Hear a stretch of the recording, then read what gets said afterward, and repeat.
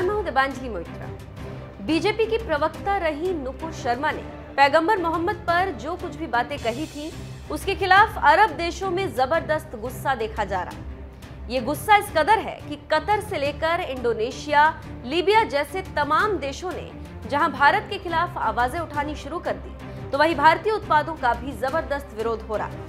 इस विरोध की वजह से ही जहां मोदी सरकार को नुपुर शर्मा के बयान के बाद सफाई देनी पड़ी, तो वहीं बीजेपी ने भी नुपुर शर्मा को पार्टी से 6 साल के लिए सस्पेंड कर दिया।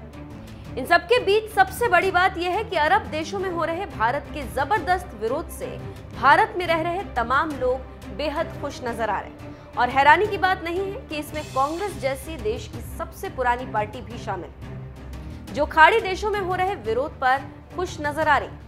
ऐसे तमाम लोगों को पत्रकार रूबिका लियाकत ने जबरदस्त लताड़ लगाई।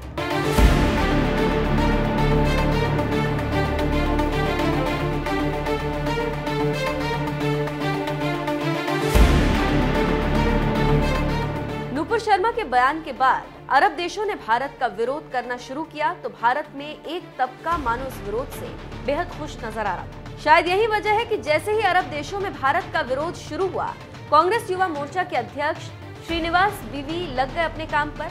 और जैसे जैसे अरब देशों में भारत का विरोध हो रहा था, कांग्रेस नेता श्रीनिवास बीवी का ट्वीट आता जा रहा था। एक ट्वीट में तो उन्होंने भारत सरकार का मजाक उड़ाते हुए लिखा, भाजपाइयों की फैलाई गंध अब खाड़ी देशों में भी पहुंच चुकी, अब की बार मिडिल ईस्ट में भी मोदी सरकार। एक ट्वीट में कांग्रेस नेता श्रीनिवास बीवी ने लिखा, कतर और कुवैत के बाद अब ईरान ने भारतीय राजदूत को समन भेजा, ओमान ने भी भारतीय उत्पादों का बॉयकॉट किया।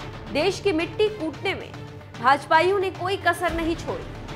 हर एक हिंदुस्तानी के लिए वाकई एक काला दिन। नुपुर शर्मा के बयान के बाद अरब देशों में भारत का इसी तरह से विरोध शुरू हुआ, तो श्रीनिवास बीवी जैसे कांग्रेस नेताओं समेत तमाम मोदी विरोधियों को जैसे मौका मिल गया सरकार को कोसने का। और सरकार को कोसते कोसते इस बात पर खुश होते नजर आने लगे कि अरब में लगातार भारत का विरोध हो रहा। ऐसे तमाम लोगों को लताड़ते हुए पत्रकार रूबिका लियाकत ने एक ट्वीट में लिखा, हैरानी होती है उन पर जो अरब देशों में हिंदुस्तान के सामानों पर बैन को अपनी जीत मान रहे हैं। नुकसान दोनों का है, किसी एक का नहीं। हुजूर की शान में गुस्ताखी न बर्दाश्त काबिल है, लेकिन यही भावना हिंदुओं के भगवानों पर लागू क्यों नहीं। इज्जत देंगे तब पाएंगे भी, बात कड़वी लगेगी। पत्रकार रूबिका लियाकत भी एक मुसलमान है, उनकी भावनाएं भी हो सकता है आहत हुई, लेकिन उन्होंने कट्टरपंथियों की तरह नुपुर शर्मा का गला काटने की धमकी नहीं दी और न ही अरब देशों में भारत का हो रहे विरोध पर खुशी जताई, बल्कि उन्होंने इसका विरोध किया। और साथ ही कट्टरपंथियों को लताड़ते हुए रूबिका लियाकत ने यहाँ तक कह दिया कि अगर आप इज्जत देंगे तो इज्जत पाएंगे। अगर पैगंबर के अपमान पर आपकी भावनाएं भड़क सकती हैं, तो यही बात हिंदुओं के भगवानों का मजाक उड़ाने पर भी लागू हो सकती। लेकिन इसके बावजूद तमाम लोग भगवान का मजाक उड़ाते हैं, तब किसी की जुबान नहीं खुलती। बहरहाल इन सबके बीच जो लोग भी ये सोचकर खुश हो रहे हैं कि मोदी राज में अरब देशों में भारत की बदनामी हो रही, उन्हें ये भी जान लेना चाहिए कि मुस्लिम देश कतर आज भी भारत से दोस्ती के लिए तड़प रहा और जल्द ही कतर के अमीर भारत का दौरा भी करने वाले।